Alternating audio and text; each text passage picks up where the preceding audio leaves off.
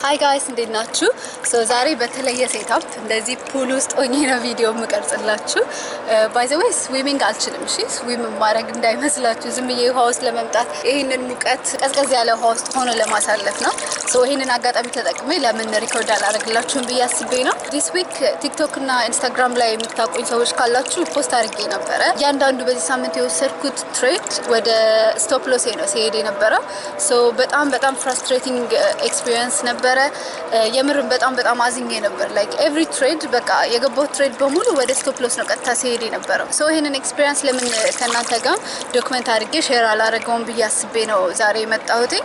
ያው ብዙ ጊዜ እንደዚህ በትሬዲንግም በሌላም የህይወት ኤሪያ ላይ ሰክሰስፉል የሆኑ ሰዎች ላይክ አት ቢጊኒንግ ስቴጅ ያለውን ነገር ብዙም ዶክመንት የማድረግ ሀቢት የለንም እና ኦልሬዲ ሰክሰስፉል ከሆኑ በኋላ ስኬታማ ከሆኑ በኋላ ነው ያላቸውን የላይፍ ኤክስፒሪየንስ የሚያሳዩን እና ስፔሻሊ ትሬዲንግ ላይ እኔ ብዙም ማቆሰስ ስለሌለ ነው በርግጥ ለዛ ነው እንደዚህ አይነት የሚያስጠሉ ሞመንቶችን ሲሆን ስቲል ዶክመንት አድርጌ ሼር ለማድረግ ሞክራ በተሻለኛ አቅም ከዛ ሞመንት ሳልወጣ ላይክ ሉዚንግ ላይ ኮንኩኝ ከዛ ሉዚንግ ሞመንት ላይ ሳልወጣ ወይም የሆነ ነገር ሲፈጠር ከዛ ሞመንት ሳልወጣ በተሻለ መጠን ዶክመንት አድርጌ ፖስት ማድረግላችሁ ማለት ነው።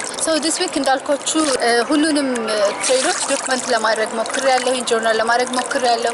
ከእያንዳንዱ የምማረው ሌሰን ካለ ማስተካከለው ነገር ካለ አጀስት ማድረገው ነገር ካለ ስተዲ ያደረኳቸው ነበረ እነሱን ትሬዶች። መማር ያለብኝ ነገር ተምሬያለሁ ብዬ አስባለሁ። የተወሰነ ምን ኤጅ ላይ አጀስት ማድረጋቸውን ነገሮች አጀስት አድርጌያቸዋለሁ። ፎር ዘ ኔክስት ዊክ ጥሩ ትሬዲንግ ዊክ ይኖራል ብዬ አስባለሁ። ግን ያው በየትኛውም ስቴጅ ላይም ቢሆን እንደዚህ አይነት ነገር ያጋጥማል ብዬ አስባለሁ። ስኬታማ የምንሆንባቸው ዊኒንግ ትሬድስ የምናገኝባቸው ሳምንታት፣ ወራት ሊኖሩ ይችላሉ። በዛውም ልክ ደግሞ ያው ሉዚንግ ትሬድስ ብቻ የሚያጋጥመን ጊዜያቶች ይመጣሉ እና አት ኤንድ ኦፍ ዘ ዴይ ጥሩን ትሬደር እና መጥፎን ትሬደር የሚለየው ነገር ለሁለቱም ሪስፖንድ የሚያደርግበትን መንገድ ማኔጅ ማድረግ ከቻለ ነው ብዬ አስባለሁ ፐርሰናሊ።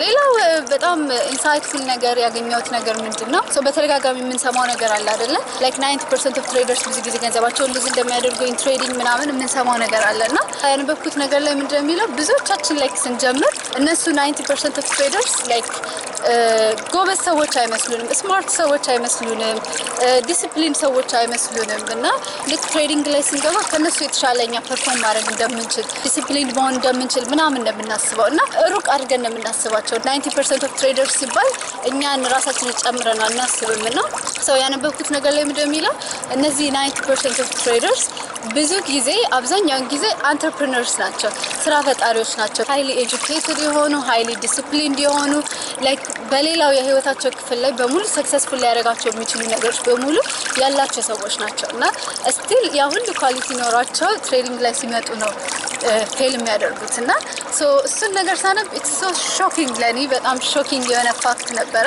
ምክንያቱም እንዳልኳችሁ 90% ኦፍ ትሬደርስ ሲባል በቃ ዲሲፕሊን የሌለው ሰው ነው እኔ የማስበው። ላይክ ኮንሲስተንሲ የሌለው ሰው፣ ካሬጅ የሌለው ሰው፣ ላይክ ከራሱ መማር የማይፈልግ ሰው ምናምን እንደዛ ነው ብዬ ማስበው። ግን አይ ገስ ተሳስቻለሁ ማለት ነው እና እናንተም እንደዛ አይነት ቪው ካላችሁ ላይክ 90% ኦፍ ትሬደርስ ሲባል ዲሲፕሊን ያልሆኑ ሌዚ የሆኑ ምናምን ኢንኮምፒተንት የሆኑ ሰዎች የሚመስላችሁ ሰዎች ካላችሁ they are competent, they are highly educated, they are disciplined። ብዙ ነገር ስኬታማ ለመሆን የሚያስፈልጋቸው ነገሮች በሙሉ አላቸው። ነገር ግን ያው ትሬዲንግ ላይ ሲመጡ ግን ዲፈረንት ነገር ሪኳየር ያደርጋል ትሬዲንግ ላይ ማለት ነው።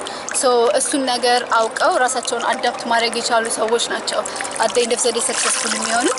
እኔም ከዚህ በፊት በነበረኝ ቪዲዮ ላይ ሼር እንዳደረኳችሁ የአንትርፕረነርሺፕ ፓዝ ውስጥ ነበርኩኝ ኢቨን ወደ ትሬዲንግ ከመግባቴ በፊት ማለት ነው እና በጣም ትሬዲንግ ላይ ሰክሰስፉል ሆናለሁ ብዬ ነበር ማስበው።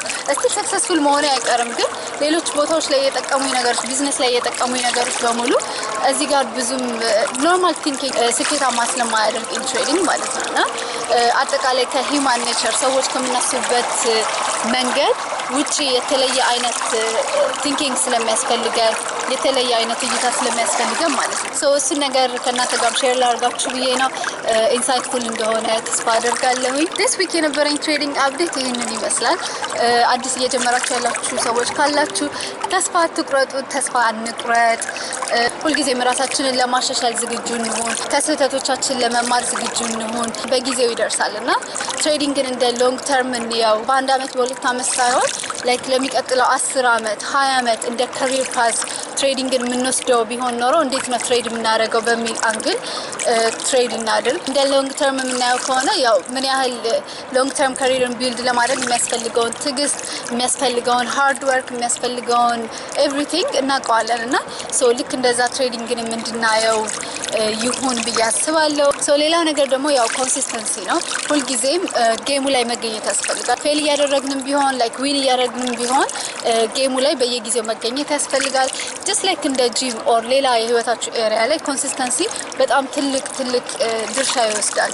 በአንድ ትሬድ በጣም ብዙ ገንዘብ ከማግኘት ይልቅ ኮንሲስተንትሊ ፕሮፊታብል ትሬደር መሆን እና ያ ትሬደር ሊሆን የሚገባውን አይነት ፐርሶናሊቲ መያዝ ኢትስ ቬሪ ቬሪ ኢምፖርታንት ብዬ አስባለሁ። አይ ሆፕ ቢጊነር ትሬደርስ ካላችሁ በእኔም ላይፍ ጀርኒ ኢንስፓየርድ እንደምትሆን ተስፋ አደርጋለሁኝ። የዛሬ ቪዲዮ ላይ ጀስት ያለኝን ኤክስፒሪየንስ ዲስ ዊክ የተሰማኝን ኢሞሽኖች ከእናንተ ጋር ሼር ለማድረግ ነው። ይሄን ቪዲዮ ኢንስፓይሪንግ ሆኖ ካገኛችሁት let me know in the comment section. I love you guys. See you in the next one. Bye.